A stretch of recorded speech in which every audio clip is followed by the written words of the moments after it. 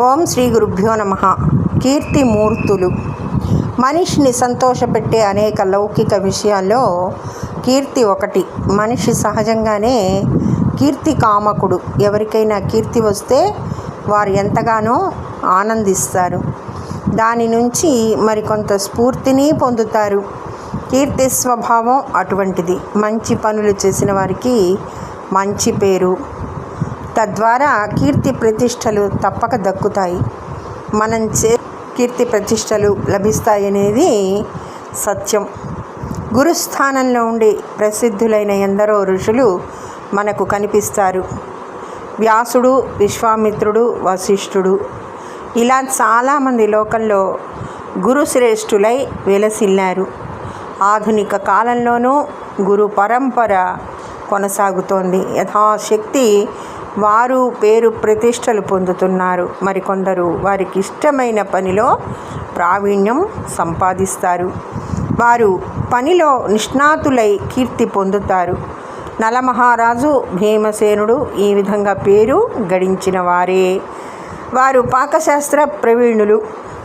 లోకంలో నలభీమ పాకం అనే నానుడి ఉంది.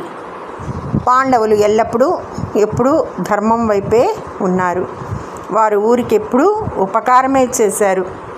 సత్కార్యాలలో శాశ్వత కీర్తి గడించారు. అలాగే చేతికి ఎముక లేకుండా దానం చేసిన కర్ణుడు ఎనలేని కీర్తిని పొందాడు.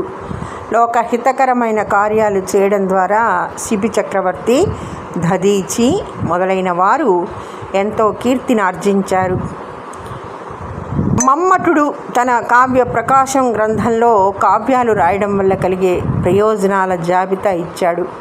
కావ్యం యశనే అంటూ కావ్యాలు సంస్కృత సాహిత్యంలో కాళిదాసు, భానుడు మొదలైన మహాకవులు లోక ప్రశస్తమైన కృతులు రాసి ఎంతో కీర్తిని పొందారు. తెలుగు సాహిత్యంలో కవిత్రయం, పోతన, శ్రీనాథుడు గొప్ప గొప్ప కావ్యాలు రాసి ఈ పరంపర నేటికి కొనసాగుతోంది.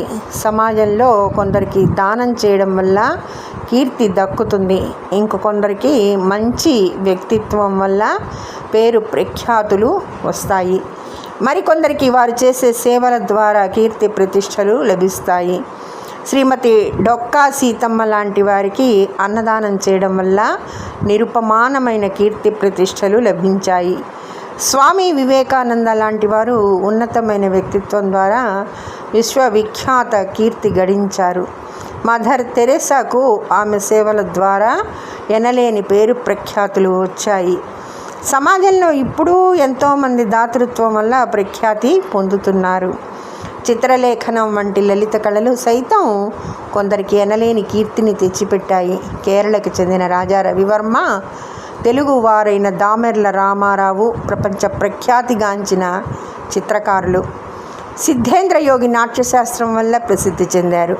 ఇటువంటి వారి కీర్తి చంద్రికలు ఆచంద్ర తారార్కం ప్రకాశిస్తుంటాయి. అయితే సమాజం ఎప్పుడూ ఒకటి గమనించాలి. ఇంతమంది మహానుభావులు ఆయా రంగాల్లో అంతటి విజయాలు సాధించింది కేవలం కీర్తి ప్రతిభా వైదుష్యమని గ్రహించాలి. అర్హులైన వారందరికీ కీర్తి దక్కుతుంది. అర్హత ఉంటే ఎవరినైనా ఎప్పుడైనా పేరు ప్రఖ్యాతులు వెతుక్కుంటూ వస్తాయి. అందులో లోక కళ్యాణ కారకమైన పనులు చేసేవారికి కీర్తి ప్రతిష్టలు తప్పక వరిస్తాయి. ధన్యవాదములు. సర్వేజన సుఖినో భవంతు.